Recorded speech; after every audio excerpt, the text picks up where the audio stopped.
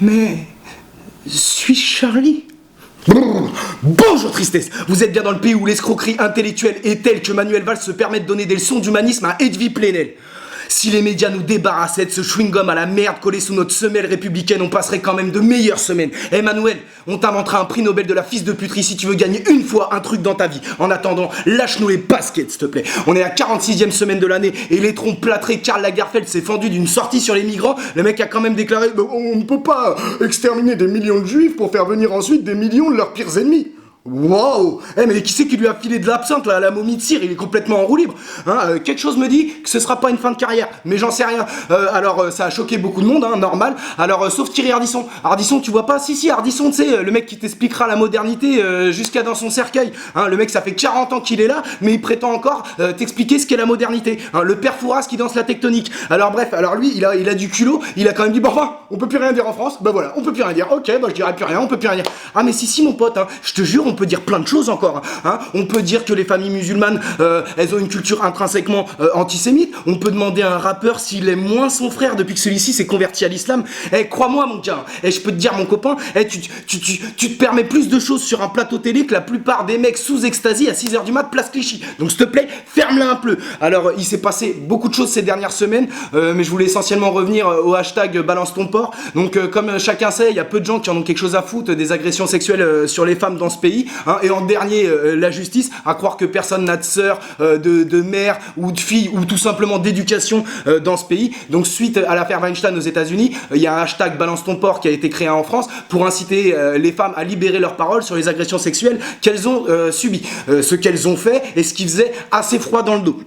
Donc a suivi une polémique sur la pertinence de la démarche. Bon, alors on vit à notre époque, donc bien sûr on a aboli la nuance, c'est oui ou c'est non. Tu réfléchis pas, on est en 2017. T'es pour ou t'es contre, t'es sexiste ou t'es irresponsable. Mais putain, mais vous êtes cons. On peut discuter un moment quand même. Alors bon, je vais vous donner mon avis, même si vous avez à peu près autant envie de l'entendre que vos grands-parents qui font l'amour, et vous allez l'entendre quand même, les copains. Alors première polémique sur l'emploi du mot porc. Pour moi, on en a absolument rien à foutre. C'est un débat de bac à sable, je vous le laisse, j'ai pas de claquette.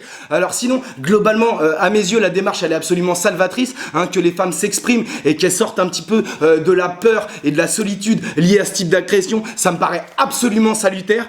Également que la peur change enfin un petit peu de camp, c'est-à-dire que la prochaine fois qu'un de ces porcs là s'apprêtera à agresser sexuellement une femme, il se dira peut-être qu'il peut y laisser sa dignité, sa carrière, voire sa liberté, et il va peut-être réfléchir pour une fois à 2 fois avant de se comporter comme un caniche sous bois bandé dans un poulailler, voilà, et ça je trouve ça absolument salutaire, d'accord, et globalement bravo aux femmes. Je sais pas, moi j'ai trouvé ça aussi impressionnant qu'honorable. Voilà, alors puisque c'est quelque chose qui a été beaucoup critiqué, l'aspect tribunal populaire, je rappelle quand même que cet aspect tribunal populaire s'inscrit dans le contexte du nombre d'agressions sexuelles envers les femmes, de la quasi totale démission de l'institution judiciaire à cet égard, et du coup de l'impunité quasi absolue des auteurs d'agressions sexuelles qui en découlent. C'est pas tombé de la lune, ce qui est absolument inexcusable pour un pays comme le nôtre, d'autant qu'il n'y avait absolument aucune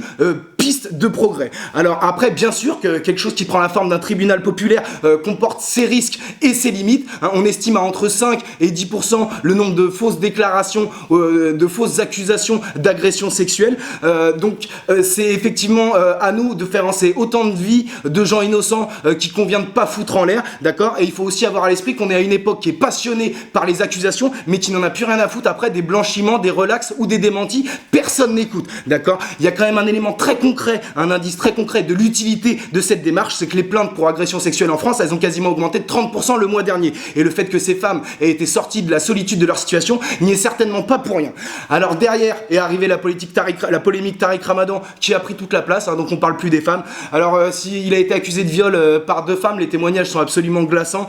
Donc au pire, même s'il est relaxé, il s'en tirera avec la toge du gros Dixa pervers qui passait sa vie à faire la morale religieuse aux autres. Bon, il était déjà ostracisé des médias français, donc ça changera pas grand chose. Mais par contre, du coup, tous les islamo-obsédés sont sortis de terre. Allez, Caroline Fourest, Manuel Valls, Charlie Hebdo, tous. Et ils sont arrivés et ont affirmé avec l'aplomb des champions une escroquerie intellectuelle absolue, c'est-à-dire les journalistes qui ont défendu la place de Tariq Ramadan dans le débat public sont absolument irresponsables puisque c'est un violeur et qu'on les avait prévenus qu'ils avaient tort. Oh, mais putain, mais alors déjà, personne savait que c'était un violeur, et je sais pas si vous vous rendez compte de la bêtise de ce que vous dites. Même vous, je pense que vous êtes assez intelligent pour ne pas y croire ce que vous dites. Hein, ça revient plus ou moins à dire que, par exemple, tout ce qu'a dit DSK dans sa carrière politique est débile, puisque c'est un violeur. Je sais pas, on en est vraiment là, c'est absolument hors débat, d'accord? Alors, derrière, il y a Charlie Hebdo qui a accusé Edwy Plenel d'avoir été au courant pour les agressions de Tariq Ramadan. Edwy Plenel a fait une réponse où il explique que certains, donc Caroline Forest, etc., dont Charlie, trouvent n'importe quel prétexte pour revenir à leur obsession, la guerre aux musulmans, la diabolisation de tout ce qui concerne l'islam et les musulmans. Donc, il précise quand même. Alors derrière ça, Riss, complètement zinzin, il a pété un boulard, il est venu expliquer que Edwy Plenel, d'accord, avait fait un appel au meurtre envers Charlie Hebdo et se faisait complice de ceux qui veulent assassiner Charlie Hebdo. Bon, bah d'accord, bah alors Riss, il est complètement zinzin. Bon, bah très bien. Si tu comprends pas qu'il parle de guerre intellectuelle et que tu fais semblant de pas comprendre, c'est ton problème. Mais alors, plusieurs choses, Riss. Déjà, je trouve qu'on t'entend beaucoup parler là. Et toi, je te rappelle qu'à la base, t'es qu'un remplaçant, d'accord? Bon, tu vois, même, j'ai pas assez l'humour, Charlie, même ce genre d'humour, en fait, ça me dérange, je le fais pas.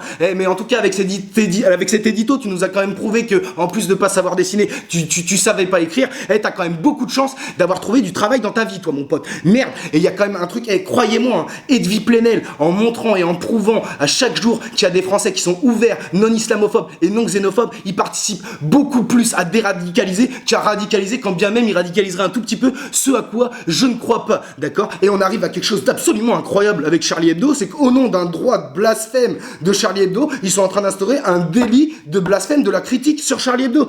Mais cassez-vous de là. Putain, c'est incroyable. Et derrière, la catastrophe. Alors, il y a Valls qui est arrivé chez Bourdin. Mais oui, il faut qu'Edwy Plenel rende gorge. C'est un complice, c'est un appel au meurtre. Il emploie les termes de Daesh. Mais putain, je voulais l'attraper par le bouc comme ça et lui dire: mais tu crois que ça suffit à faire de toi un nouvel homme, hein? Mais merde, est-ce qu'il va à un moment donné fermer sa gueule? C'est quand même pas possible. Il est absolument impossible, ce putain de Bourdin. Dès que je le vois arriver sur un plateau télé, je me dis: mais putain, allez, vas-y, mais qu'est-ce qu'il est lourd. V'là Bigard en ballerine qui arrive. Et le mec, c'est un singe mécanique. Islamisation, voile, Charlie Hebdo, islamisation, terroriste. Putain, c'est Chalgoumi derrière qui tourne la manivelle. C'est absolument insupportable. Et Emmanuel Valls, tu vas fermer ta gueule à un moment donné. Putain, mais tu comprends pas que tout le monde te déteste, que c'est absolument incroyable d'être aussi impopulaire sans avoir jamais tué personne dans sa vie. Est-ce que tu veux...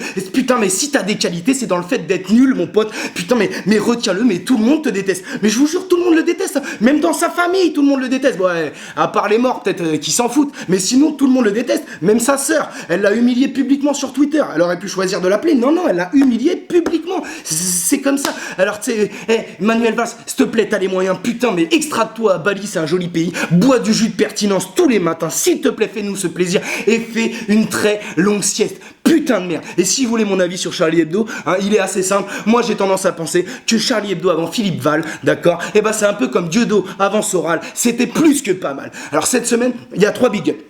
Il y a un enfant de 13 ans qui a été surpris avec son père en plein cambriolage. Bon, écoutez, les députés, ils embauchent bien leur fils en tant qu'assistant parlementaire. C'est plus ou moins pareil. On est sur une école du crime.